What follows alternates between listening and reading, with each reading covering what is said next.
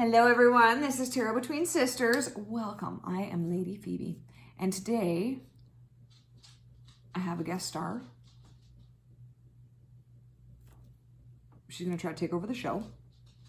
She interrupts me, but I love her anyway, whatever it happens. Today we're going to try a past life spread and just see what comes up. I always find like every single lesson that you need to learn in a past life, it always comes up again in whatever current lifetime you are. That's just what happens. But it's always still kind of cool to see like, oh, what could I have been in the past life? Or what lesson am I in right now that I'm not recognizing, that actually knowing what I went through before in a past life is coming up now and I can learn from that. So it's just always kind of a cool little, everything to me is cool. Like everything that you can learn from and just go past this 3D dimension is cool to me. Like it's just super interesting. I don't know, it's just super interesting. So today we're gonna try this out.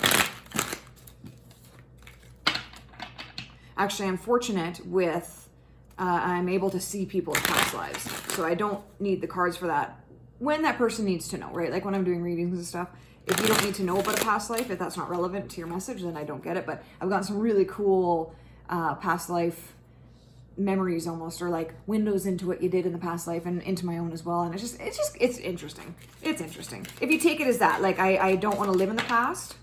Mother. Okay. I don't know if you guys saw what just happened there, but Mother came shooting out first, right? Mother. And then I had two cards that came and hit my thumb and they went pew.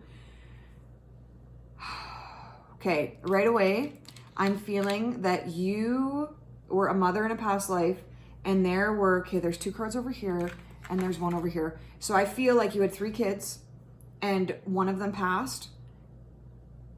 And so if you are, like, if this is resonating right now, this is kind of a heavier thing. I was hoping it'd be a little bit more funner, but I don't control the cards. And so there was a child that you lost. So that sorrow could still be with you in this lifetime. So if you're finding a hard time with relationships sometimes, you are carrying from that lifetime that love is sorrow because love is loss. So in this lifetime, you're being asked to let go of that grief, of that loss, and let it go. And you may even have re-experienced that loss in this lifetime as well, which is so tragic and sad. I can't even imagine. And I think some mediumship stuff is coming in right now as well, because I'm feeling that. So I think you may have revisited that forgiveness lesson, because I think the sorrow took you out in the last lifetime, because the way that those cards split, there was no, they went in completely opposite directions. So 2 got to live their full lives and then 1 passed. And I'm seeing a baby, so it was like very young baby that passed. And that card is trees, wisdom, and father. Whoa, that is kind of a cool. Right away with the trees will help heal you. So if you're feeling that this is resonating and it's digging, like it's feeling a little bit too like, holy shit, this is real, go to the trees and sit under a tree. I know it's wintertime here in Canada, so that isn't really a great time, but it's warmer on days, but the trees will speak of you or speak to you of wisdom and allow you to see a different perspective of it. And nature right now, the world right now, like I've channeled this so many times, how are you participating in the world's energy? The world is saying, let us support you. Let us help you. Let us be your guide. Let us give you wisdom that you didn't before. Let us support you. But you need to sit and be quiet with it, because love energy is very quiet. So ego, fear speaks first and the loudest. That's what you've been living in since this loss. It speaks first and it speaks the loudest, and it always speaks of separation. It always speaks of separation and hurt and guilt and fear and pain. That's what happens. And because it is the loudest and because it speaks first, we tend to listen to it. Love speaks second, and it's quiet. It's peaceful. It's serene. And that's how nature is. Nature, now I know there's storms and whatever, and that's not what I'm saying, because sometimes an energy gets charged and then it needs to be released. Like that's what this world is as well. That's an orgasm. things are built up, there's pent up energy, and then an orgasm happens and it releases that energy. That's why there's a lot of people with sex addictions, because we're so used to that release. It's the same thing with storms. Energy gets static with people's energy, and anger and whatever happens, and it needs to be released, and that boom, crack of lightning, boom, that's that release. But in nature, in its state, without our stop, buddy, without our our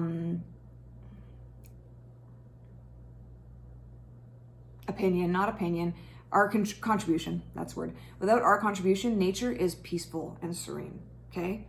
And that's what you are being asked to do. This will help you feel, okay, come on. This will help you release that pain, the trees. And like I said, it will give you wisdom. And there's also a father. This is turning more into like a mediumship message than it is a lifetime message, but that's okay. There's also a loss of a father. So what happened in this lifetime, you lost a child in a previous one, and then in this lifetime, you were very close to your father. Very close to your father.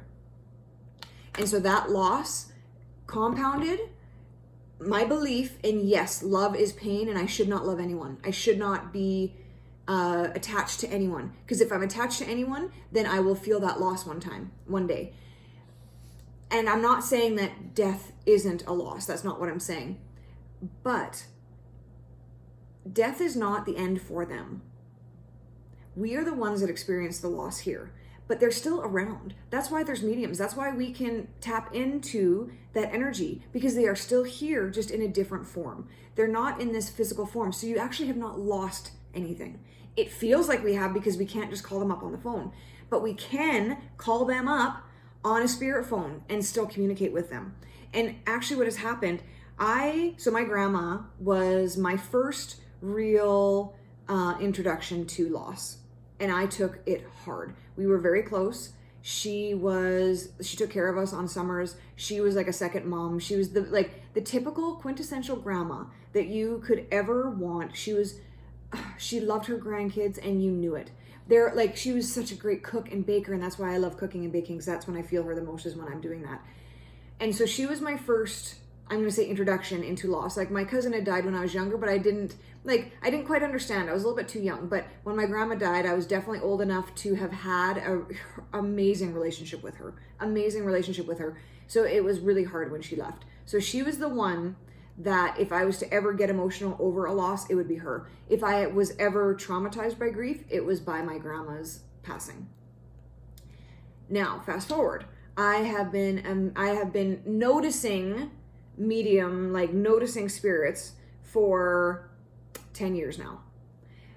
I've always, I think, been able to tap into it, but I just thought it was white noise. Like, I didn't understand what it was, but I've been recognizing things. So for the past 10 years, my grandma and I have kept working on our relationship. And I will tell you, I feel more connected to her, honestly, genuinely, right now than I did before. Because when she was in this identity, she had a lot of things that she was traumatized by. And so there was some blocks to our relationship. It could only go so far because she had her own trauma.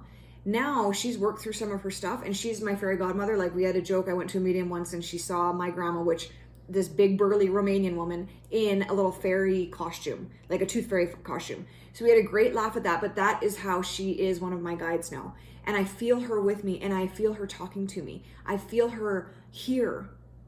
And this is closer than this is. Inside me, she's part of me now. Whereas here, there's still that belief in separation, right? Like, there's my body and his body, so we're separate. I feel her here now. So you're being asked to realize that the relationship never stopped. It just changed. The form changed. But if you can let go of that grief, and I'll tell you, your loved ones want you to let go of that grief. Your loved ones do not want you to hold on to that grief. They want you to move past it, and they want you to heal from it, and they want you to feel the love that's waiting for you on the other side. So if you can change your mind about what death is, and we need to grieve. There's this natural grieving process that we as humans do. But when it gets to the point where it starts coming from a past life to a future one, that's the trauma of grief. And that's where it starts to become very unhealthy. And again, I am not just like, when you've lost a child, I couldn't even, like, that is terrible. And that is very hard. But there's still the natural process of healing from that. There's a healing that needs to happen.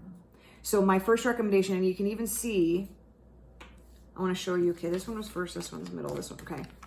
So the order of my cards, the first one that came out was the tree. And so that's what they're saying is that's your first order of business, is start spending time in nature and start quieting down and listening to what they're saying and allowing their support to come through.